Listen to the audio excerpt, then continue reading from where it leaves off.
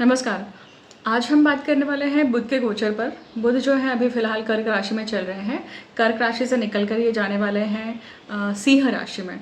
और सिंह राशि का स्वामी अभी फ़िलहाल वहीं पे विद्यमान है, मतलब सूर्य वहीं पे है।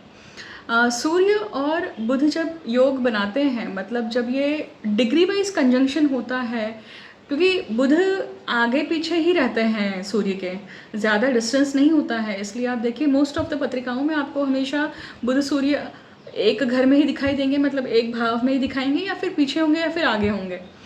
अब बहुत रेयर होती है वैसे ये स्थिति जब बुध पीछे होते हैं और जब बुध आगे होते हैं, क्योंकि इसका बहुत इम्पोर्टेंस है कि व्यक्ति की बुद्धि जो है ना वो किस प्रकार से चलेगी, और व्यक्ति की बुद्धि में किस प्रकार से वो बुद्धि आपको खुद को फ़ायदा करने वाली है या आपको नुकसान करने वाली है। आप किसी चीज़ के पीछे पीछे भागते हैं या चीज़ें आपके पीछे भागते हुए या आपके पीछे रहती हैं।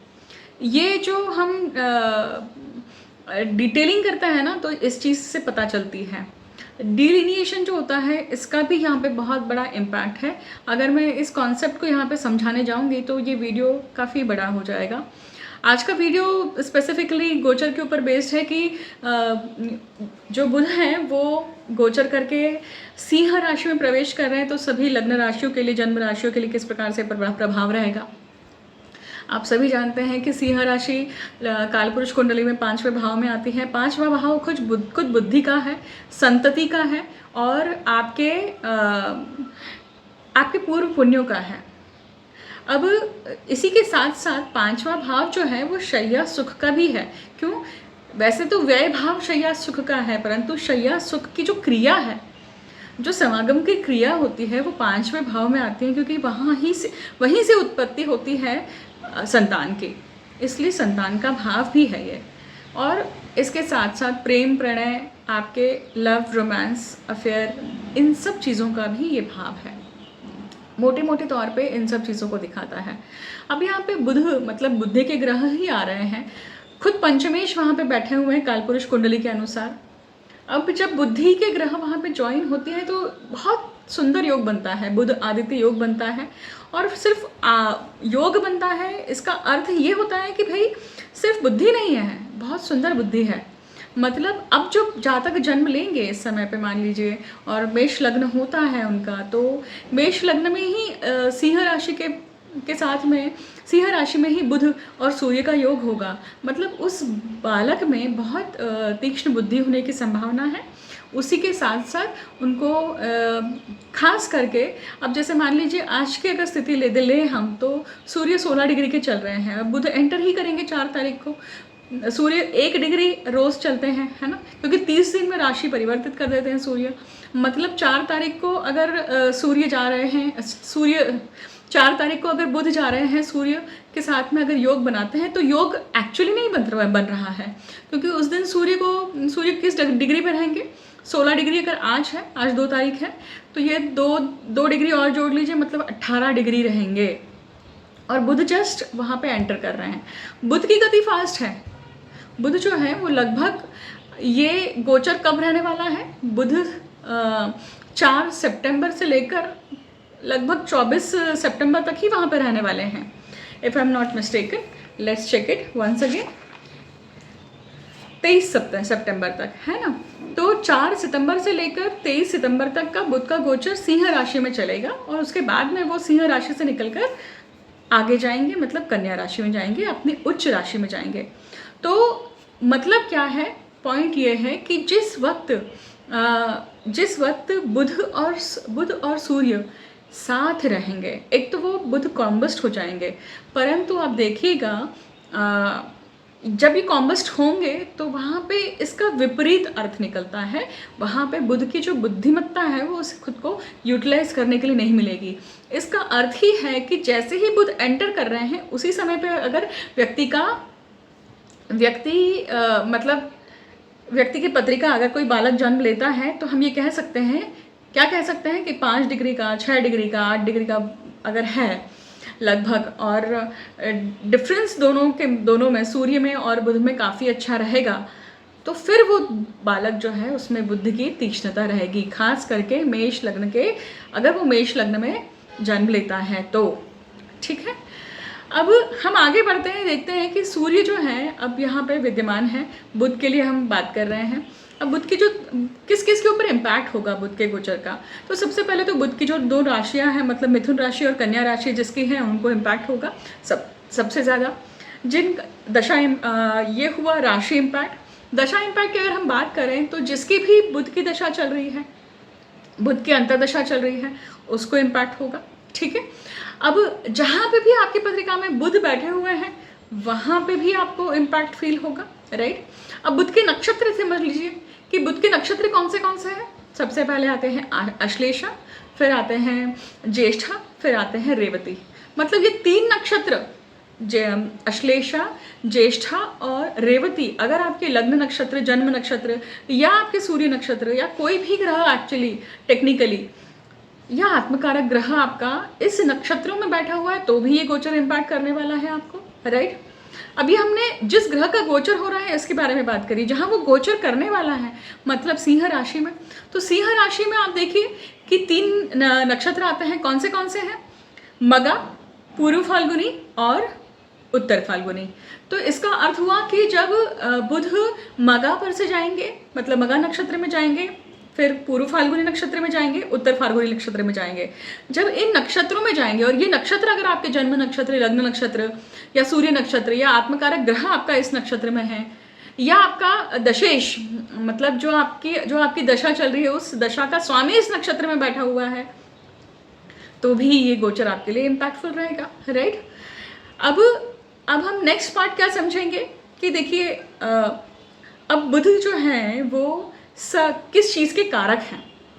बुध बुद्धि के कारक हैं, बुध कम्युनिकेशन के कारक हैं, बुध आपके सिबलिंग के कारक है। जो यंगर सिबलिंग होते हैं वो बुध से देखे जाते हैं। बुध तृतीय स्थान के और छठवें स्थान के, मतलब पराक्रम के और पेंडिंग कर्मा के स्वामी माने जाते हैं, राइट, कालपुरुष कुंडली के अनुसार। तो जब ये स्थिति बनती है और इस स्थिति में बुध जब सिंह राशि में गोचर करते हैं तो वो दोनों ही जो कारक हैं, दोनों ही जो टेस्ट है वो आपको, फ्लेवर है वो आपको उस राशि में भी देंगे, राइट। अब क्या देंगे, बुध में है चंचलता। अब सिंह राशि में बुध जब आते हैं तो होता क्या है, एग्जैक्टली देखिए आप, शनि और बुध का भी संबंध आएगा यहाँ पे शनि और बुध का संबंध जब आता है, जनरली शनि और बुध का संबंध ऑटिज्म या मंद जो स्लो प्रोसेस है, स्लो डेवलपमेंटल है, या दिमाग का जो एक शिथिलता होती है, आपके वो सारे ग्लैंड्स या आपकी रिफ्लेक्स जो हैं, नसों की जो प्रॉब्लम्स हैं, या आप ये कहिए कि वेरिकोस की प्रॉब्लम्स, नर्व से रिलेटेड जो इश्यूज़ हैं, यहाँ पे क्या होंगे, पनप सकते हैं। इसी के साथ साथ एलर्जी, इसी के साथ साथ पेट से संबंधित प्रॉब्लम, इसी के साथ साथ आपको क्या यहाँ पे प्राप्त होगा कि कहीं ना कहीं जो बुद्धि से जुड़ा हुआ है ये कार्य क्या होगा, और ज़्यादा डिफ़िकल्टी में आ सकता है, क्योंकि शनि से भी संबंध बनेगा। क्योंकि शनि कहाँ है, एग्जैक्टली सामने है, मतलब समसप्तक है, कहाँ है, कुंभ राशि में। और कुंभ राशि में इनका दोनों का एक दूसरे के ऊपर एस्पेक्ट पड़ने वाला है, और बुध यहाँ पे सूर्य को भी लिए हुए हैं साथ में, और शनि भी देख रहे हैं। तो ये गोचर जो है ना वो बहुत डिफरेंट वे में बुध का एक इम्पैक्ट देने वाला है। अब हम ये समझेंगे कि अब यहाँ पे बुध जो है, अगर हम सिर्फ इम्पैक्ट की यहाँ पे बात कर रहे हैं तो आपको ये भी समझना होगा कि मैं हमेशा वीडियोस में कहती हूँ, मैंने स्पेसिफिकली इसके लिए भी वीडियोस बनाए हैं कि गुरु से चौथा घर या शनि से चौथा घर जो होता है वो उन रिजल्ट्स को रूइन करता है, राइट। अब यहाँ पे देखिए गुरु से चौथा घर कौन सा है, सिंह राशि है, और यहाँ पे ये बुध आ रहे हैं, और वहीं पे सूर्य भी है, और सीधे शनि की भी दृष्टि पड़ रही है। तो इस केस में क्या होगा, इस बुध के जो इम्पैक्ट है, बुध मतलब आपकी बुद्धि, सबसे ज़्यादा इम्पैक्ट यहाँ पे आपके बुद्धि क्षमता को लेकर ही होने वाला है। बुध वक्रस्थ स्थिति से निकलकर मार्गस्थ स्थिति में अभी आए हैं, तो आपको अभी क्या ख्याल रखना पड़ेगा अपने डिसीजन मेकिंग को लेकर, अपने विचारों को लेकर, अपने जो भी आप चैटिंग करते हैं, जो भी आप वर्चुअल कम्युनिकेशन करते हैं, इन सब चीज़ों को लेकर बहुत आपको ध्यानपूर्वक क्या करना पड़ेगा, ख्याल रखना पड़ेगा, अलर्ट होकर, सतर्क होकर काम करना पड़ेगा। अब हम देखेंगे कि सभी लग्न राशियों के लिए, जन्म राशियों के लिए कैसा इम्पैक्ट रहने वाला है, राइट। तो सबसे पहले हम मेष लग्न की बात करते हैं। मेष लग्न के लिए ये पंचम स्थान में गोचर हो रहा है। पंचम स्थान आपका संतति का है, संतति का है, एजुकेशन का है, आपका पूर्व पुण्यों का है और रोमांस का है। अब यहाँ पे पंचम भाव में सूर्य जब खुद स्वराशि होकर बैठे हुए हैं, तो ये गोचर क्या करने वाला है, बुध आपकी बुद्धि वहाँ पे जाने वाली है। किस किस तरफ जाने वाली है, बच्चों की तरफ जाने वाली है। आपकी बुद्धि जो है आपके नॉलेज की तरफ, आपके एजुकेशन की तरफ, आपके अगर आपकी माता को अगर दांतों का प्रॉब्लम हो रहा है तो वहाँ पे भी कहीं ना कहीं आपकी बुद्धि जाने वाली है या आपका अटेंशन जाने वाला है। और किस चीज़ को लेकर अटेंशन आपका ग्रैब होगा, आपके रोमांटिक जो अफेयर हैं या आप किसी से अगर इमोशनली इन्वॉल्व है, उन सब चीज़ों को लेकर क्या होने वाला है, कुछ न कुछ एक ऐसी घटना होने वाली है जो शायद बहुत अच्छी ना हो, परंतु वो टर्न आउट अच्छी हो सकती है। वहाँ पे सचेत होकर आपको क्या करना है, काम करना है। ये एक और चीज़ समझिएगा, व्यय भाव में यहाँ पे राहु है, तो व्यय भाव मतलब शय्या सुख में राहु है, जो आपको काफ़ी कुछ फैंटेसी देता है या उन सब चीज़ों को जीने के लिए, खास के लिए समागम का जो रूप है, उन सब चीज़ों को जीने के लिए काफ़ी आपको प्रेरित करता है, इच्छा देता है, क्योंकि राहु डिज़ायर देता है। परंतु शुक्र भी क्या है, पेंडिंग कर्म में है, समसप्तक है, और पेंडिंग कर्म में होने के कारण बुद्धि आपकी कहाँ जाएगी, आपके उस पेंडिंग कर्म को पूर्ण करने के लिए जाएगी कि जो आपका गत जन्म का कोई ऐसा चक्र है या गत जन्म का कोई ऐसा किस्सा है जो आपका देना बाकी है। तो किसी ऐसे व्यक्ति का आना, किसी व्यक्ति के साथ में संलग्न होना, किसी व्यक्ति के साथ में इस चीज़ को लेकर वादावाद की स्थिति बनना, या जो देना था ना, बकाया था, आप ये बकाया पूरा करेंगे अभी, वहाँ पे बुद्धि जाएगी और वहाँ पे आपको फोर्सफुली वो चीज़ें करनी पड़ेगी। बट याद रखिएगा कि ये गोचर आपको देने के लिए नहीं आ रहा है, आपसे लेने के लिए आ रहा है। अगर आप देकर छुट्टी करते हैं, मुक्त हो जाते हैं, उससे इमोशनल हर्ट होकर या कोई भी विचार नहीं करते हैं, तो बात गई, रात गई बात गई, वो सिस्टम हो जाएगा। परंतु अगर आपने अपने आप को यहाँ पे मानसिक रूप से कलेश में डाल लिया तो ये क्या होगा, दिक्कत हो सकती है। क्योंकि यहाँ पे आपका गोचर ये बोलता है कि आपको पराक्रम में मंगल है, जो आपको रिस्क लेने के लिए, इन सब ऐसे पेंडिंग कर्म को पूर्ण करने के लिए प्रेरित करने ही वाला है। वो व्यय स्थान से संबंधित है, शनि कर्म को देख रहे हैं, कर्म को देखने के बाद में ही लाभ देंगे, और शुक्र केतु पेंडिंग कर्म के भाव में है, वो पेंडिंग कर्म दिखा रहे हैं। शुक्र केतु के वीडियो के बारे में मैंने ऑलरेडी, मतलब शुक्र केतु के बारे में ऑलरेडी वीडियो दे चुकी हूँ, अगर आपने नहीं देखा है तो जाकर देखिए, राइट। अब हम बात करते हैं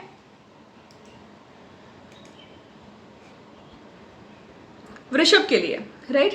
वृषभ के लिए ये गोचर कहाँ हो रहा है, चतुर्थ भाव में। चतुर्थ भाव में ही अगर गोचर हो रहा है तो इसका अर्थ है कि चतुर्थ भाव आपको अभी सूर्य के साथ में है, आपकी बुद्धि के कारण आप क्या लाइमलाइट में आने वाले हैं, आपकी बुद्धि के कारण। और ये वो समय है कि आपकी बुद्धि के कारण आप अपने वरिष्ठ अधिकारियों के साथ में, आप अपने करियर के एनवायरनमेंट में, जहाँ पे भी आपके अथॉरिटी के जो लोग हैं, क्योंकि शनि और सूर्य का भी समसप्तक योग है और बुध के साथ में जुड़ रहा है, आपकी बुद्धि के कारण कहीं ना कहीं क्या हो सकता है, आर्ग्यूमेंट हो सकता है। आपकी बुद्धि के कारण आप नज़र में आएंगे, किसने ये पॉइंट रेज किया, who's that person who has taken protest या एक्शन अगेंस्ट इट, इस प्रकार से चीज़ें होना। और एक और चीज़ ध्यान दीजिए कि ये बुध बुद्धि का स्वामी है, जो आपके खुशियों को क्या करने वाला है, कहीं ना कहीं तिलांजलि भी दे सकता है, क्योंकि वाणी के भाव में आपके मंगल है, आप ही की करनी है, आप ही की वाणी है, जिसके कारण क्या होगा, वो वाणी कैसे चल रही है, आपकी बुद्धि के कारण चलेगी ना। आप जो बुद्धि चलाएंगे वही वाणी में आएगा, तो वो वाणी में इम्पल्सिवनेस आने वाला है और वो बुद्धि के कारण आने वाला है। तो दोनों चीज़ें हैं, दूधारी तलवार है यहाँ पर, देखिए। मतलब ये कहीं ना कहीं आपको लाइमलाइट में भी लाने वाला है, और लाइमलाइट में लाने के बाद में कुछ न कुछ विरोध भी दे सकता है। तो हम ऐसी स्थिति को ऐसा कहते हैं कि भाई जब सूर्य शनि सामने हो, मतलब पिता पुत्र आमने सामने है, तो इसका अर्थ ही है कि कहीं ना कहीं आप लाइमलाइट में, मतलब चाहे वो आपके फैमिली में गेट टुगेदर में सबके सामने हो, आपके करियर में हो, आपके एजुकेशन में, कहीं भी लोगों के सामने आना, और आने के बाद में अपने मतों के कारण खुद को दिक्कत में देखना, और इसके लिए कारणीभूत होता है आपका ही मंगल, आपकी ही वाणी, आपकी ही तीक्ष्ण वाणी, आपका गुस्सा, आपकी अग्नि, इसके ऊपर कंट्रोल रखिएगा, राइट। अगर ये टाइम पीरियड आपने निकाल लिया, अक्टूबर तक का टाइम पीरियड आपने अगर निकाल लिया तो चीज़ें अच्छी होंगी। ऐसा जब भी मौका आता है ना, तो क्या करिए, 10 लॉन्ग ब्रेथ्स ले लीजिए, जहाँ पे आप खड़े हैं वहाँ से निकल के बाहर आकाश के नीचे आ जाइए और जोर से ब्रेथ लेना है आपको। याद रखिएगा कि जो गुस्सा है, प्राणायाम के बहुत बहुत बहुत तीक्ष्ण और बहुत गहरे इफेक्ट्स बताए गए हैं जब भी हमें षड्रिपु ग्रसित करते हैं तब, राइट। अब हम बात करते हैं मिथुन लग्न के लिए। मिथुन लग्न के लिए गोचर कहाँ आ रहा है, देखिए मिथुन लग्न के लिए गोचर आ रहा है इनके तृतीय भाव में। खुद लग्न में ही मंगल बैठे हुए हैं, मतलब अभी आपको कुछ गुस्सा आना, अभी आपके अंदर रेज आना, अग्रेशन आना, काम को लेकर बहुत क्या बोलते हैं, बहुत जोश में रहना, और बुद्धि के भाव में, और बुद्धि के ग्रह जो हैं वो आपके तीसरे भाव में आ रहे हैं, सूर्य वहाँ पे है। अब ये गोचर समझिएगा, गोचर क्या कहता है कि भाई सबसे पहले तो मैंने जैसे कहा कि गुरु से चौथा भाव रुइन होता है, तो यहाँ पे आपका पराक्रम रुइन हो सकता है। कैसे होगा, आपके सिबलिंग्स को लेकर भी कुछ ना कुछ प्रॉब्लम होगी, या आपके नेबर्स को लेकर, आपके खुद के विचार, आपके खुद के जो एफर्ट्स हैं, चाहे वो आपके वर्चुअल एफर्ट्स हो, मतलब आप व्हाट्सएप पे चैटिंग कर रहे हैं, आप ईमेल कम्युनिकेशन कर रहे हैं, इन सब चीज़ों को लेकर, मतलब वहाँ पे सूर्य है और लग्न में अहंकार का ग्रह मंगल, इम्पल्सिवनेस, इम्पेशंस का ग्रह। तो ये क्या करता है ऐसे केस में कि जब इस तरह की स्थिति बनती है ना, तो वो आपके कर्म में, आपके पराक्रम में आपको वो रेज दे देता है, और साथ में सूर्य भी है, तो अहंकार और ईगो का दोनों का समावेश होकर वो बुद्धि चलती है। उसकी अगर फाइन लाइन, उसका बैलेंस अगर आपने साध लिया, तो जो भाग्य में बैठे हुए शनि है ना, वो आपको भाग्य आपके कर्म के द्वारा देंगे। परंतु शनि अभी वक्री हैं, वो चेष्टा बल लेकर बैठे हुए हैं। इसका अर्थ ही है कि मिथुन लग्न के जातकों के लिए बुध का गोचर कैसा है, कहीं ना कहीं वो आपको बार बार उन सब चीज़ों के थ्रू जाने के लिए कह रहे हैं जो आपने पहले करी हुई हैं, जिसके कारण आपका भाग्य बिगड़ा हुआ है, उसके ऊपर बार बार सोचना। क्योंकि कोई भी वक्री ग्रह ओसीडी देता है, उस स्पेसिफिक एरिया की ओसीडी देता है। अब यहाँ पे बुध है, तो वो आपके सुखों का यहाँ पे क्या करेगा, कहीं ना कहीं नाश कर सकता है। आपकी बॉडी,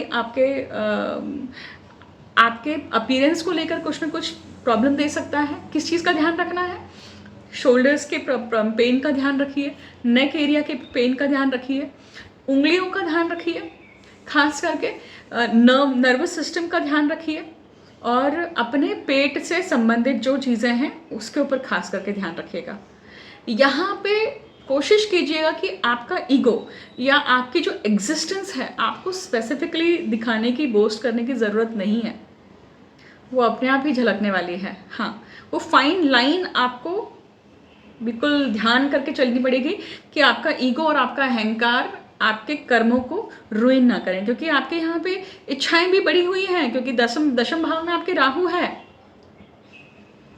एक और चीज़ ध्यान रखिएगा, ये गोचर आपको कहीं ना कहीं, शुक्र और राहु समसप्तक हैं, और शुक्र केतु का योग है, नीच का शुक्र है। इसका अर्थ है कि किसी स्त्री के कारण, किसी स्त्री से कुछ ना कुछ ऐसा कलेश भी मिल सकता है। अब ये मैं अगेन जेंडर वाइज आपको कहूँगी कि ज़रूरी नहीं है कि ये पुरुष के लिए ही लागू हो, सिर्फ ये स्त्रियों के लिए भी लागू हो सकता है। हम जब अपने ही परिवार के किसी स्त्री को, वरिष्ठ स्त्री हो, मतलब बुजुर्ग महिला हो, अपनी माता हो, अपनी बहन हो, अपनी फ्रेंड हो, या अपनी कलीग हो, किसी को भी अगर हम छेड़ते हैं या किसी प्रकार से हर्ट करते हैं, तो हमें रिलेशनशिप में क्या मिलती है, कुछ ना कुछ दिक्कतें मिलती है, राइट। तो ये वो समय है कि यहाँ पे आपको डिसेप्शन मिल सकता है, कि वो डिसेप्शन वापस आए।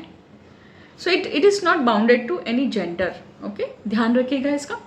अब हम बात करेंगे कर्क लग्न की। कर्क लग्न के लिए गोचर कहाँ हो रहा है, देखिए कर्क लग्न के लिए गोचर हो रहा है उनके द्वितीय स्थान में। द्वितीय स्थान में बुद्धि का ग्रह और सूर्य है। खास करके व्यय भाव में मंगल है और वो मंगल आपको सबसे पहले तो आपकी नींद कम हो चुकी होगी, आप रात में लेट सोते भी होंगे और सुबह बहुत जल्दी उठ जाते होंगे, और जिसके कारण और दिन भर एनर्जी भी रहती होगी, ऐसा भी हो रहा होगा। परंतु कुछ ना कुछ कमी है, बॉडी को जितनी नींद की ज़रूरत है वो नहीं मिल रही है, तो उसका कुछ ना कुछ इम्पैक्ट तो आपको फील हो रहा होगा। अब याद रखिएगा, मंगल यहाँ से चौथी दृष्टि आपके पराक्रम को देते हैं, और बुध जो है यहाँ पे क्या गोचर कर रहे हैं कि बुध अपनी बुद्धि से, आप जो भी वाणी से आप बोलने वाले हैं, वहाँ पे सूर्य है। सूर्य है मतलब आपका एग्जिस्टेंस आपके फैमिली में दिखाई देने वाला है, आपकी वाणी में दिखाई देने वाला है। मतलब आप अभी अपनी वाणी से जो भी काम करने वाले हैं, जो भी आप बात करेंगे, काउंसलिंग करेंगे, ट्रेनिंग करेंगे, सेमिनार देंगे, प्रेजेंटेशन देंगे अपने ऑफिस में, कहीं भी जहाँ पे भी आप टीचर हैं, सिखा रहे हैं, पढ़ा रहे हैं, आप अपने कलीग से बात कर रहे हैं, आप अपने ऑफिस में, ये बुध आपको लाइमलाइट में लाने वाला है। और ये बुध आपको क्या करने वाला है, कहीं ना कहीं आपकी बुद्धि को और ज़्यादा हाईलाइट करने वाला है। अब याद रखिएगा, ये हाईलाइट सब कुछ करेगा, अच्छा भी और बुरा भी, क्योंकि सूर्य है, सूर्य जहाँ बैठते हैं वो प्रकाशमय कर देते हैं। अब ये बुध आपके लिए व्यय भाव के स्वामी है और पराक्रम के स्वामी है। इसके कारण याद रखिएगा कि ये पीरियड आपको अपनी एक्सेस ऊर्जा जो है वो शरीर में स्टोर करके नहीं रखनी है, इसका ख्याल रखिएगा। वो एनर्जी आपके निकलनी ही चाहिए किसी न किसी तरीके से, चाहे आप जिम करिए, चाहे लॉन्ग वॉक्स लीजिए, चाहे आप घर के काम करिए, चाहे आप कार्डियो करिए, चाहे आप प्रॉपर अपना सेक्सुअल रिलेशनशिप एक्टिव रखिए। ये वो टाइम पीरियड है कि जब आप इस पीरियड में अपने मंगल की ऊर्जा को अगर सही प्रकार से यूज़ कर लेते हैं, तो वो बुद्धि का ग्रह जो है वो आपकी सही प्रकार की बुद्धि आपकी बाहर लाएगा, क्योंकि मंगल बुद्धि के ग्रह मतलब बुध के घर में बैठे हुए हैं, याद रखिएगा। और देखिए, लाभ भाव में बैठ के गुरु जो हैं वो कहाँ दृष्टि दे रहे हैं, मतलब कहाँ, गुरु से चौथा भाव मैंने कहा रुइन होता है, तो वो द्वितीय भाव है। तो आप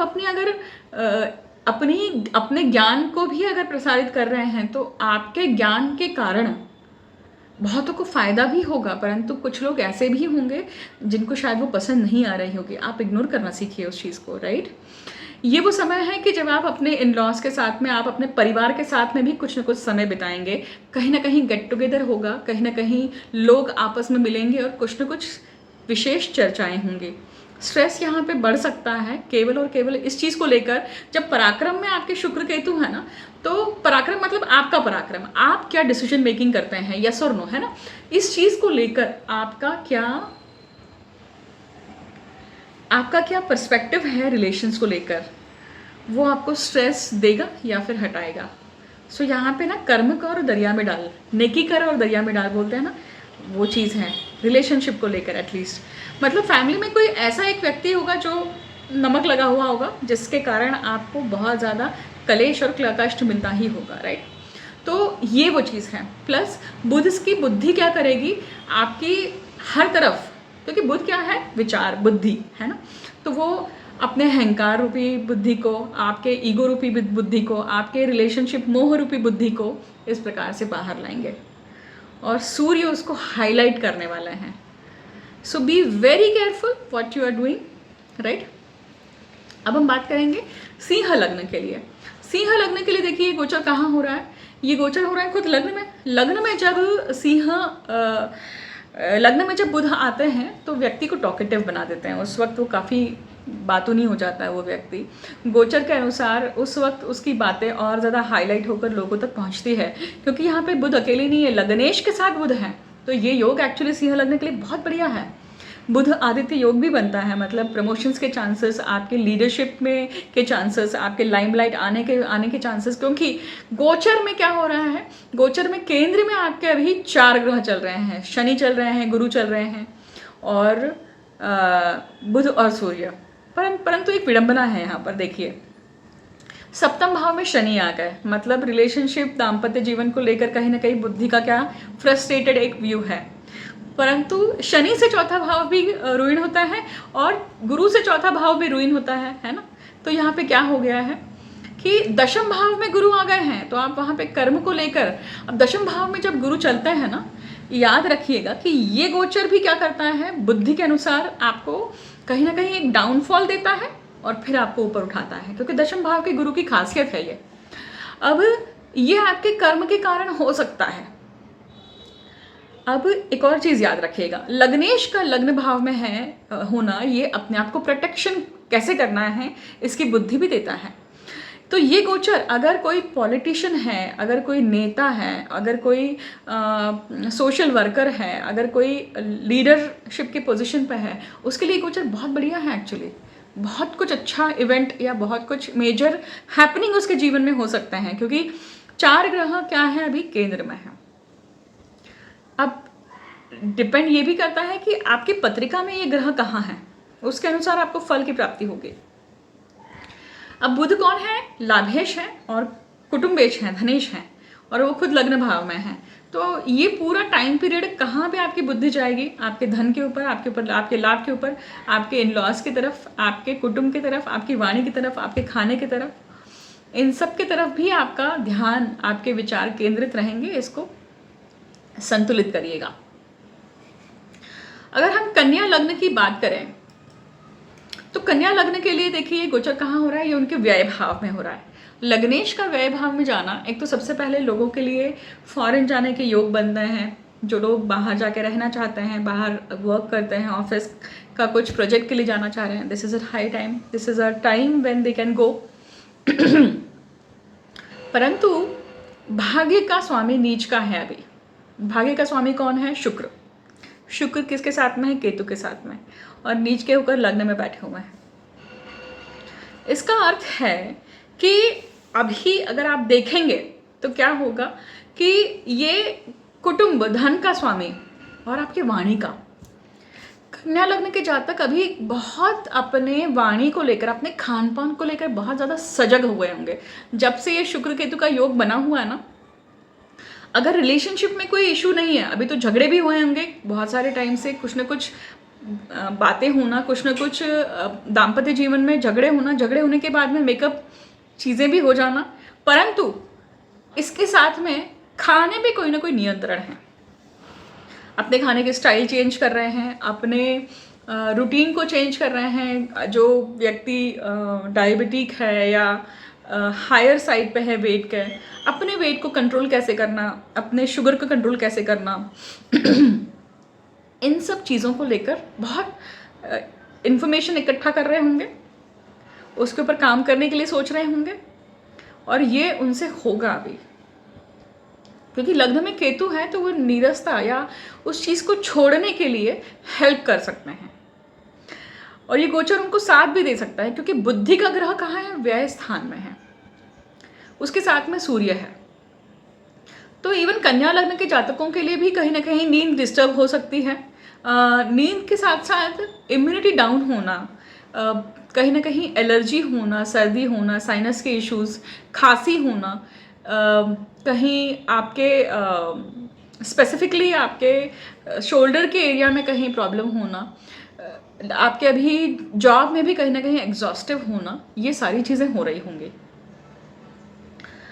अब यहाँ पे एक और चीज़ समझिएगा, गुरु से चौथा भाव मैंने कहा रुइन होता है ना, और शनि से चौथा भाव, तो शनि से चौथा भाव जहाँ पे गुरु है, गुरु से चौथा भाव जहाँ पे सूर्य और बुध का योग बन रहा है, तो वो कहीं ना कहीं व्यय भाव को रुइन कर रहे हैं। इसका अर्थ है कि आपका अभी खर्चा हो रहा है। खर्चा किसके लिए हो रहा होगा, डेफिनेटली घर के चीज़ों के लिए, घर के किसी फर्नीचर के लिए, आपके खुद के हॉस्पिटलाइजेशन के लिए भी होने की मतलब ये है।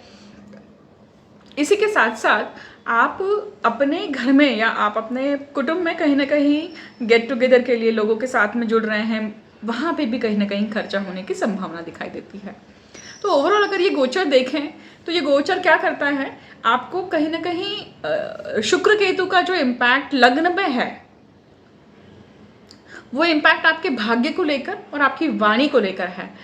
ये गोचर क्या करता है, बुध जो बुद्धि का ग्रह वेस्ट हो गया है यहाँ पे, व्यय भाव में जाने के बाद क्या होता है, बुध की जो ऊर्जा है वो वेस्ट है, वहाँ पे फ्रस्ट्रेटेड है, डिसअपॉइंटमेंट है, वहाँ पे बुद्धि विचार जो है वो खड्डे में गए हैं। और किसके कारण जा रहे हैं, आप देखिए जो लग्न में शुक्र केतु है उसको हवा दे रहे हैं मंगल चौथे दृष्टि से, मतलब रिलेशनशिप को लेकर जो झगड़े हो रहे हैं या जो रसिकता है या अरसिकता है, इन सब चीज़ों को लेकर आपको कहीं ना कहीं क्या प्रॉब्लम दिखाई दे रही है या उससे आप जूझ रहे हैं। एक चीज़ याद रखिए कि ये टाइम पीरियड टेम्पररी है। जैसे ही ये गोचर खत्म होगा थिंग्स विल चेंज, राइट। क्या करना है तब तक? आप यहाँ पे शुक्र नीच का है, इसलिए आप क्या कर सकते हैं, आप शुक्र की मतलब लक्ष्मी की उपासना कर सकते हैं।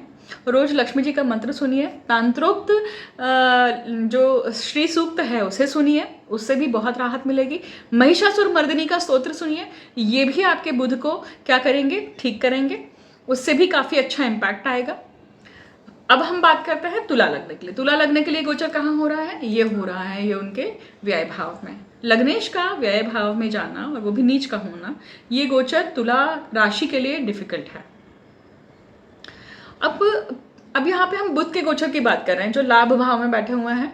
तो लाभ भाव में बुद्धि का ग्रह और यहाँ पे खुद लाभेश वहाँ पे है, तो जो गोचर डिफिकल्ट है उसे कैसे ठीक किया जाए उसके लिए मदद खड़ी होगी। कहाँ से खड़ी होगी? कोई सूर्य तुल्य जो लोग हैं, मतलब वरिष्ठ अधिकारी हैं, घर के जो बुजुर्ग लोग हैं, मतलब जो मुखिया हैं, जैसे पिता हम बोलते हैं, या सूर्य से देखे जाने वाले वो लोग भी हैं जो सरकारी अफसर हैं, सरकारी इसमें काम करते हैं, वो भी हैं जो धर्म से जुड़े हुए हैं, वहाँ से मदद मिलने की संभावना है। अब ये गोचर आपके इन लॉज की तरफ से भी आपको हेल्प दे सकता है, लाभ दे सकता है, परंतु याद रखिएगा कि रिलेशनशिप के जो स्वामी हैं वो शुक्र है, नीच होकर बैठे हुए हैं अभी व्यय भाव में, तो खर्चा होगा। हॉस्पिटल की तरफ खर्चा हो सकता है, घर में किसी को अगर रिप्रोडक्टिव ऑर्गन को लेकर, या मान लीजिए प्रोस्टेट या किसी भी प्रकार से पेल्विक एरिया से संबंधित कोई अगर इशू चल रहा है घर में, तो वहाँ पे पैसे खर्च हो रहे होंगे। अगर वहाँ पे पैसे खर्च हो रहे हैं तो ये गोचर कहीं ना कहीं बीमारियों की तरफ लेकर आपको निकल रहा है, और इन सब के कारण आपकी बुद्धि जो है वो कहीं ना कहीं कुंठित हो रही होगी। क्यों? क्योंकि पैसा नहीं बचा पा रहे हैं, पैसा यहाँ पे जा रहा है, और पैसा जा रहा है और उसके कारण कहीं ना कहीं टेंशन भी आती है व्यक्ति को। अब ये मंगल भी चौथी दृष्टि डालते हैं देखिए उस शुक्र केतु पे, तो थोड़ा सा वाद विवाद की स्थिति भी बन सकती है। और ये गोचर खास करके अगर इस तरह से जा रहा होगा, और अगर वह नहीं जा रहा है, तो आप इसे डाइवर्ट कैसे कर सकते हैं कि मंगल की जो ऊर्जा है, जैसे आप मंगलनाथ होकर आ जाइए, तो आप डाइवर्ट कर सकते हैं, जो गोचर है उस चीज़ को डाइवर्ट कर सकते हैं, उस एनर्जी को डाइवर्ट कर सकते हैं। मंगल की उपासना कर लीजिए, क्योंकि वो भाग्य में बैठे हुए हैं, भाग्य को बदलने की क्षमता रखते हैं, और भाग्य में बैठ के वो अगर आप भैरव की उपासना, भैरव के मंदिर में जाकर एटलीस्ट दर्शन करना, पूजन जो नॉर्मल पूजन है वो, इससे क्या होगा, बुद्धि में क्या आएगी, विचारों में प्रबलता आएगी, डिफरेंस होगा, और वो बुद्धि चेंज हुई, विचार चेंज हुए, तो वो लाभ भी आएगा। इस प्रकार से आप बुध की एनर्जी को चैनलाइज कर सकते हैं, क्योंकि वो बुध कौन है? भाग्येश हैं और आपके व्ययेश हैं, और वहाँ पे मंगल बैठे हुए हैं भाग्य भाव में, इसलिए हम अगर उस प्रकार से उपासना करते हैं तो हमें फर्क पड़ सकता है। अब आप कहेंगे कि आप बुध का गोचर बता रही हैं पर आपने उपाय मंगल के बताए, तो याद रखिएगा कि बुध जिसके घर के स्वामी हैं वो भाग्य है यहाँ पर, और वो खड्डा है, इसलिए हमने वो उपाय किया है, राइट। और इसके साथ साथ आप बुध की गायत्री मंत्र का भी जाप कर सकते हैं, उससे भी बहुत अच्छा इम्पैक्ट आ सकता है आपको। इसके बाद में हम बात करेंगे वृश्चिक लग्न के लिए। वृश्चिक लग्न के लिए गोचर कहाँ हो रहा है? देखिए, ये वृश्चिक लग्न के लिए गोचर हो रहा है आपके दशम भाव में। दशम भाव में बुध और सूर्य, वृश्चिक लग्न के लिए भी ये पूरा जो गोचर है बहुत क्या बोलते हैं उसे, बहुत स्ट्रांग है, क्योंकि केंद्र में 4 ग्रह हैं, गुरु, शनि, सूर्य और बुध है, तो ये ग्रह आपको लाइमलाइट में ला रहा है। ये गोचर जो है ये आपको लाइमलाइट में लाता है, आपका काम दिखेगा, आपकी कारगिरी दिखेगी, आप दिखेंगे समाज में, आपके आसपास का जो वातावरण है वो कहीं ना कहीं आपको क्या करने वाला है, अच्छा खासा एक अपॉर्चुनिटी देने वाला है। अब यहाँ पे एक थिन लाइन है, वक्री ग्रह जो है वो है शनि यहाँ पर, और वो सुखेश होकर सुख भाव में बैठे हुए हैं, और उनके विरोध में है वो सूर्य, उनके मतलब पिता है ना, शनि के पिता जो है सूर्य, वो उनके विरोध में दशम भाव में बैठे हुए। एक ही बार आते हैं, ऐसा एक ही बार होता है प्रसंग कि साल भर में एक बार वो आमने सामने होते हैं। तो इसमें होगा क्या कि कहीं ना कहीं जो अच्छी चीज़ें हो रही हैं उसी के साथ साथ ऐसा भी हो रहा है कि भाई जो जितना भी आपने क्या कहते हैं उसे, जितने लोगों के साथ में आपने मिलकर काम करने की कोशिश करी है, पूरा काम कर लिया है, अंत में जाकर कहीं ना कहीं उन्हीं से विरोध भी आता है। वो विरोध ना आए उसके लिए ऑलरेडी 10% जो भी श्रेय है ना पहले ही बांट दीजिएगा, मतलब अपने पास मत रखिएगा। फिर बुद्धि का ग्रह है बुध, वो आपके लिए आपके अष्टम भाव का स्वामी है और वो आपके लाभ का स्वामी है। अष्टम भाव से संबंधित मतलब अब ये यहाँ पे क्रॉनिक डिसीज भी हुई या आपकी पैतृक संपत्ति भी हुई, इसी के साथ साथ ये अष्टम भाव जो है ये तंत्र मंत्र गूढ़ विद्याओं का भी है, जो स्वामी होकर आपके दशम भाव में बैठा हुआ है। इसका अर्थ है बुध मतलब वेंकटेश, बुध मतलब नारायण है। तो अगर आपके अगर कुलदेव अगर नारायण विष्णु जी महाविष्णु अगर हैं और उनसे संबंधित कोई कर्म आपका बचा हुआ है घर में तो वो करिए, क्योंकि ऐसा करके सूर्य जो कुटुंब के स्वामी होते हैं, लिनिएज के स्वामी होते हैं, आप अपने पितरों के लिए कुछ ना कुछ कर देते हैं और जो चीज़ें आप चाह रहे हैं जो नहीं हो रही थी वहाँ पे अनुकूलता आ जाती है, बहुत फर्क पड़ता है। अब हम बात करेंगे धनु लग्न के लिए। धनु लग्न के लिए देखिए कहाँ हो रहा है गोचर, ये उनके भाग्य में हो रहा है। भाग्य में बुध है और जो बुध है वो सप्तमेश है और कौन है, दशमेश है। सप्तम भाव का स्वामी और कर्म भाव का स्वामी भाग्य में आ जाए, इसका अर्थ है कि आप अपने कर्म, सप्तम भाव जैसे स्पाउस का होता है, बिजनेस पार्टनर का होता है, वैसे ही सप्तम भाव इसका भी होता है कि आप लोगों के साथ में कैसे हैं, आपका व्यवहार लोगों के साथ में कैसा है, और वहाँ पे है मंगल। उसी से डिसाइड होगा, मतलब आपके ही कर्म से और आपके ही व्यवहार से डिसाइड होगा कि आपका भाग्य कैसा है। तो अगर ये गोचर मान लीजिए आपने तीर्थ क्षेत्र में बिता लिया, आप ऐसे जगह पे चले गए जहाँ पे शिव मंदिर हैं, शिव की उपासना कर रहे हैं, वहाँ पे अगर आपकी एनर्जी डाइवर्ट हो गई है तो फिर दाम्पत्य जीवन में प्रॉब्लम नहीं है। परंतु अगर मंगल आपके सप्तम भाव में है तो वो कहीं ना कहीं गोचर में मांगलिक को भी एक्टिवेट करता है और क्या करता है, दाम्पत्य जीवन में कहीं ना कहीं विरोध लाता है, अनबन लाता है, वो कहीं ना कहीं झगड़े लाता है और इसी के साथ साथ क्या लाता है, वो सेपरेशन, मतलब कुछ समय के लिए अलगाव, अलग अलग सोना जैसे रात में, ये भी लाता है। क्योंकि ये सारी चीज़ें कौन करता है, बुद्धि करती है। और बुद्धि का स्वामी भाग्य भाव में सूर्य के साथ में जो ईगो दिखाता है। तो इन सब चीज़ों को आपको टैकल करना है, राइट। अगर आप इन सब चीज़ों को टैकल कर लेते हैं तो जो पराक्रम में शनि है ना, जो आपके एफर्ट्स हैं, आप क्या कर रहे हैं, उसका जो इम्पैक्ट है वो समतोल रूप से न्यूट्रल होकर आएगा। तो सबसे पहले किसको टैकल करना है, बुद्धि को ही। कि बुद्धि को अगर टैकल नहीं करते हैं तो फिर दशम भाव का शुक्र और केतु क्या करेगा, आपको हताशा देगा। जो योग मैंने शुक्र केतु का वीडियो में समझाया है, नहीं देखा है तो जाकर जरूर देखिएगा, राइट। अब हम बात करेंगे मकर के लिए। मकर लग्न के लिए देखिए ये गोचर कहाँ हो रहा है, ये हो रहा है उनके अष्टम भाव में।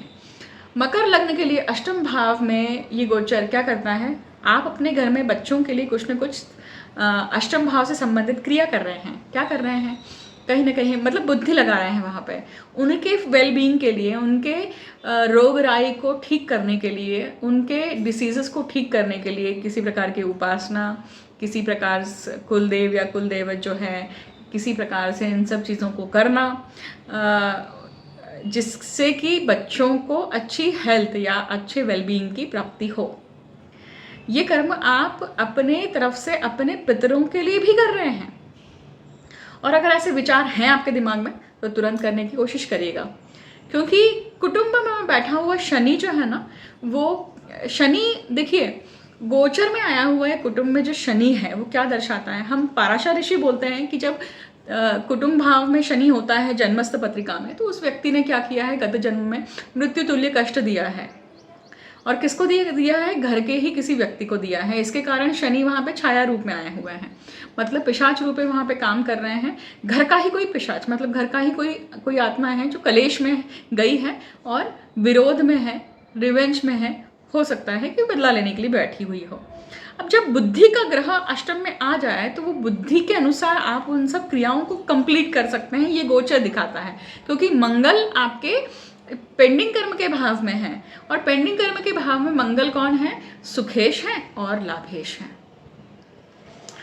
बुद्धि अकेली कुछ नहीं कर सकती है, बुद्धि को करने वाले हाथ चाहिए, बॉडी चाहिए, मौका चाहिए, सिचुएशन चाहिए ना। इसलिए बुद्धि का ग्रह जब अष्टम भाव में है और सूर्य के साथ में है, अष्टमेश के साथ में है, इसका अर्थ ही है आपके लिए इम्पॉर्टेंट है। आपने पूरे साल भर में ये घटना आपके लिए एक ही बार होगी कि सूर्य का गोचर सूर्य पे हो रहा है या सूर्य अपनी राशि में आ रहा है। आपका अगर सूर्य मान लीजिए अष्टम भाव में ही है और वो सूर्य का गोचर वहां पे हो रहा है, तो ये इंपॉर्टेंट है ना घटना। इसलिए अगर वैसा नहीं है तो भी क्या है, जो मैंने पहले वाली स्थिति बताई वो होगी। अब यहाँ पे और चीज क्या करें, अगर ये सारी चीजें कर लेते हैं तो भाग्य में वृद्धि होगी। ये वो गोचर है कि शायद आपको किसी देवी के मंदिर में जाने की इच्छा हो, देवी के मंदिर में जाकर आराधना करने की इच्छा हो। अगर हो रही है तो बिल्कुल जाइए, बाकायदा जाइए और उसे करिए, राइट। क्योंकि शुक्र आपके भाग्य में बैठे हुए हैं। इसी के साथ साथ ये जो पेंडिंग कर्मा के स्वामी है बुध, वो क्या करते हैं, पेंडिंग कर्मा मतलब षष्ठेश का अष्टम भाव में आना कहीं ना कहीं रोग राई को भी बढ़ाता है, छोटे मोटे एक्सीडेंट्स को भी दिखाता है। और मंगल वहाँ पे है तो आप कट्स को लेकर, एक्सीडेंट्स को लेकर या गिरना पड़ना, वुंडेड होना, इन सब चीज़ों की भी शंका दिखाता है। दर्द, इन्फ्लेमेशन होना, दांतों में दर्द होना या बॉडी में किसी पार्ट में इन्फ्लेमेशन होना, इसके ऊपर खास करके ध्यान दीजिएगा, इसको टालिएगा नहीं। अगर ऐसी कोई चीज़ें हो रही हैं तो तुरंत जाके क्या करना है, डॉक्टर को दिखाना है और चीज़ें ठीक करनी है। ज़्यादा समय नहीं, अब घरगुती उपाय से हो जाएगा ऐसा करना नहीं है, मतलब घरेलू उपाय से आपने ठीक कर लिया, ये वो स्थिति नहीं है अभी। क्योंकि सूर्य जब अष्टम भाव में, छठवें भाव में, व्यय भाव में होते हैं तो वो सबसे पहले इम्यूनिटी पे भी घाव डालते हैं, याद रखिएगा, ठीक है। अब हम बात करेंगे कुंभ लग्न के लिए। कुंभ लग्न के लिए ये गोचर देखिए कहाँ हो रहा है, सप्तम भाव में। सप्तम भाव में बुध का आना, सूर्य का मतलब सप्तमेश का सप्तम भाव में होना, उसके साथ में बुध, आपका पार्टनर ज़्यादा स्ट्रांग है। सप्तम भाव जैसे स्पाउस का है, पार्टनर का है, बिजनेस पार्टनर का है, उसी प्रकार से सप्तम भाव आप लोगों से कैसे हैं, आपका व्यवहार लोगों के साथ में कैसा है। तो अभी वो जो व्यवहार है ना, वो व्यवहार में कहीं ना कहीं ईगो है, कहीं ना कहीं बोस्टिंग है, कहीं ना कहीं सूर्य के जैसा तेज उसका एक रौब है। क्यों? क्योंकि बुद्धि में मंगल है। मंगल बुद्धि में जब होते हैं तो वो इच्छा व्यक्ति को इम्पल्सिव बनाते हैं। मंगल जब बुद्धि में होते हैं तो वो उस वक्त व्यक्ति को एब्रप्टली चीज़ों को बंद करना, एब्रप्टली चीज़ों को तोड़ना फोड़ना, या क्योंकि मंगल युद्ध के ग्रह हैं और वो बुद्धि के स्थान पे आ जाए तो वो बुद्धि में भी तलवार चला के एक बार में सब खत्म कर दो, ये है। शांति से सोचकर चलने वाले नहीं है, क्योंकि बुध कहाँ है अभी, सूर्य के साथ में है। तो वो क्या दिखाएंगे, ईगो दिखाएंगे। वो क्या दिखाएंगे, अपने आप को बड़ा दिखाएंगे। तो इसलिए ये गोचर क्या है, बुध का है, और बुध अभी अष्टमेश और पंचमेश है और वो सप्तम स्थान में आ रहा है। इसका दूसरा अर्थ भी ये भी होता है कि सप्तम भाव मतलब आपके पत्नी के साथ में, आपके पति के साथ में मिलकर आपको पंचम भाव से संबंधित और अष्टम भाव से संबंधित कार्यों को पूरा करना है। अब और वो भी कैसे करना है, बुद्धि से करना है। अष्टम भाव से संबंधित पैतृक संपत्ति हो गई, या फिर कोई तंत्र मंत्र की क्रिया, मतलब कोई अगर रिचुअल है, उपाय करने के लिए कोशिश कर रहे हैं तो वो अपनी पत्नी के साथ में, अपने पति के साथ में, या अपने बच्चे की प्राप्ति के लिए अगर कोई चीज़ आप करने जा रहे हैं तो ये गोचर भी उसके लिए क्या करता है, आपको सहायक बनता है, क्योंकि वो पंचमेश है वो, इसलिए। तो ये गोचर कहीं ना कहीं आपको इस तरह से एक रिजल्ट भी देता है, क्योंकि कुंभ के लिए क्या है अभी, ये पूरा समय है ना, केंद्र बहुत एक्टिव है, क्योंकि केंद्र में ही 4 ग्रह हैं, मतलब गुरु, शनि, सूर्य, बुध, मतलब बुद्धि के, कर्म के स्वामी, और जो जीना कैसा है जीवन को, उसके स्वामी गुरु। बिलीफ सिस्टम के स्वामी और सूर्य तेज। तो ये सारे आपके केंद्र में होने के कारण आपको काफ़ी अच्छा समय भी देते हैं, ऐसा नहीं कि नहीं देते हैं। बाह्य दुनिया में काफ़ी अच्छा आप परफॉर्म करेंगे। इस तरह से इस चीज़ को देखा जा सकता है। अगर हम अंतिम लग्न की बात करें कि मीन लग्न के लिए गोचर कैसा हो रहा है, देखिए मीन लग्न के लिए गोचर उनके पेंडिंग कर्म में है। बुद्धि का स्वामी पेंडिंग कर्म में है। जब भी बुद्धि का स्वामी पेंडिंग कर्म में आता है तो कहा जाता है कि गत जन्म में बुद्धि के कारण जो भी आपने बिगाड़ ली थी चीज़ें, बुद्धि के कारण किसी का गलत किया था, बुद्धि के कारण कुटुंब में गलत किया था, बुद्धि के कारण अगर आपने लोगों के साथ में लोगों की बुद्धि को यूटिलाइज किया था, लोगों की बुद्धि को मैनिपुलेट किया था, अगर ऐसी कोई सिचुएशन आपने गत जन्म में करी है और जब जब बुध इस जन्म में गोचर में षष्ठ भाव में आता है तो आपको भी ऐसा ही व्यवहार मिलेगा। और जब ऐसा व्यवहार मिले तो शांति से उसे एक्सेप्ट कर लो, क्योंकि अपना कर्म है, अपना कर्म फल का भोग है। उसे अगर वैसा समझकर अगर आप एक्सेप्ट कर लेते हैं और उस गोचर को कंप्लीट कर देते हैं तो वहाँ पे वो मामला खत्म, वो प्रारब्ध खत्म। और वो प्रारब्ध जैसे ही खत्म हो जाता है व्यक्ति के जीवन में वापस से नई खुशियाँ, नए अपॉर्चुनिटीज़, नई बुद्धि, नई सब चीज़ें शुरू हो जाती हैं। वहाँ पे इमोशनली अटैच नहीं होना है। एक अब ये बुद्धि का स्वामी कौन है? खुद आपका चतुर्थ भाव का स्वामी है, सुख का स्वामी है और सप्तम भाव का स्वामी है। तो जो कुछ मैंने समझाया वो सुख के लिए आपको करना है। और सप्तम भाव जैसे आपके पति पत्नी का होता है, पार्टनर का या आपके बिजनेस पार्टनर, इन सब का होता है। तो ऐसा भी अगर है तो दिखाता है वो उसी के साथ साथ वो सप्तम भाव, मतलब आप लोगों के साथ में कैसे हैं उसके ऊपर डिपेंड करता है ना। और उन्हीं से संबंधित पेंडिंग कर्म पूर्ण करना है। दूसरा, ये जॉब में, सर्विस में ये गोचर भी आपको काफ़ी कुछ दे सकता है, परंतु ये कैसा है टाइम पीरियड की जब सूर्य षष्ठ भाव में है तो वो थैंकलेस, मतलब आपको पोजीशन तो आपको लीडर की मिली है परंतु आपको ख्याति, आपको क्रेडिट वैसा नहीं मिलेगा। आपसे काम तो वैसा करवा के ले लेते हैं परंतु जितना ड्यू क्रेडिट है वो मिल नहीं पाता है। ये वो सिचुएशन दिखाई देती है यहाँ पर। परंतु यहाँ पे आप क्या करें, क्योंकि कर्म पेंडिंग है यहाँ पे, वही आपको देना है। अब ये सारे सिनेरियो चेंज होते हैं कि आपके पत्रिका में ये सारे ग्रह कैसे बैठे हुए हैं। एक और चीज़ क्या हो सकती है कि भाई आपका संबंध आपके खुद के जो मदर की तरफ के रिलेटिव्स हैं उनके तरफ आ सकता है, उनसे संबंधित कुछ ना कुछ कर्म पूरा करना है, वहाँ पे आपकी प्रेजेंस रिक्वायर्ड है और आपसे मदद मांगी जा रही है। तो अगर मदद मांगी जा रही है और अगर आपने ना बोल दिया तो आप पेंडिंग कर्म नकारते हैं, तो वो मत करिएगा, कोशिश करिएगा कि वो आपसे हो। ठीक है, इस तरह से ये गोचर आपको इम्पैक्ट करेगा। ये पूरे हमने 12 लग्न 12 राशियों के लिए बात करी। अब बुध के लिए आप रेमेडी क्या कर सकते हैं? बुध के जो स्वामी हैं वो है नारायण, महाविष्णु। तो विष्णु सहस्त्र नाम को सुनिए आप। बुध का जो गायत्री मंत्र है उसका आप पठन कर सकते हैं रोज। उसी के साथ साथ तुलसी की आराधना करें, तुलसी का प्लांट लगाएं, तुलसी का प्लांट आप डोनेट कर सकते हैं। मतलब अगर तुलसी का प्लांट आप छोटा लेकर आते हैं और वो अगर फ्लरिश होता है, अच्छा पनपता है, इसका अर्थ है कि धीरे धीरे बुध जो है अच्छा होते जा रहा है। एक्चुअली ग्रीनरी जैसे जैसे बढ़ती जाती है अपने आसपास, अपने घर में आप लेकर आते हैं और वो मरते नहीं है अगर झाड़, तो समझिए कि बुध सही होते जा रहा है, बुध की पॉजिटिविटी आती जा रही है। आई होप कि आपके लिए ये सारा गोचर बुध का गोचर, ये पूरा जो भी गोचर चल रहा है ये अच्छा रहे, शुभ रहे। और यहीं पे मैं अपना वीडियो समाप्त करती हूँ। Thank you so much for listening me patiently. See you soon in next video. Thank you so much.